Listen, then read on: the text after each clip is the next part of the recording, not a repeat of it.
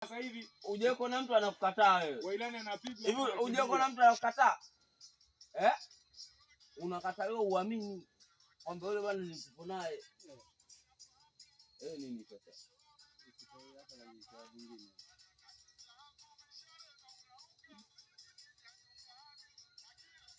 Au mbona tunatembea pamoja kila sehemu tunaenda? Siku umefanya show au tumefanya sote? Au umefanya show wewe unaniuliza amjani yako. Uko naye. Shemeji yako, maji yangu. Hivi majenye ndo wale wale au mwingine? Wengine wote watu walitumia pale nikaonekana mimi. Uone tatizo unapenda kunya sana ndio hilo. Hamna, unajua kilichomponza kipala. Hata mimi kimeniponza. Tumeza kula. Huyu kaenda kamina elimu ana mikono. Akati mwingine akunywa na mimi nikachukua ya kunywa. Yaani watu hawaulize kila mzee kasha nao naye wao wanaenda nao. Ndio unakuta ndio hivyo mtu anakuambia sasa. Alafu na dumu mazingira lilokaa. Limekaa nje ya kwenda chooni kule. Wewe unajua la nani? Kadika tumia. Limekaa nje ya kwenda chooni kule. Yenyewe katumia. Yaani kama unasikia mimi nasema hivi, pale kulikuwa hamna maji. Sio unanielewa? Mpaka muda wewe mpaka unaona wanaenda kuchukua yale maji.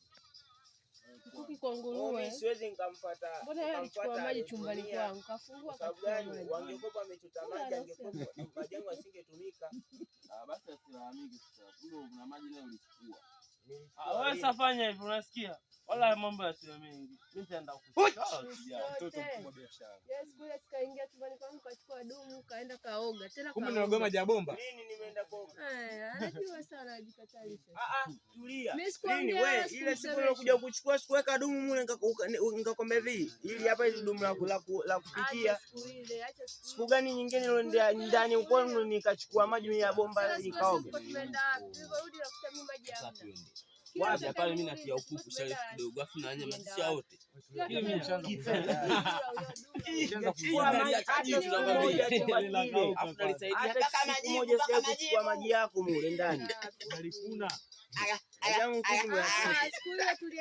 Tuliondoka mimi Sharifu Shadi tukapanda Yombo.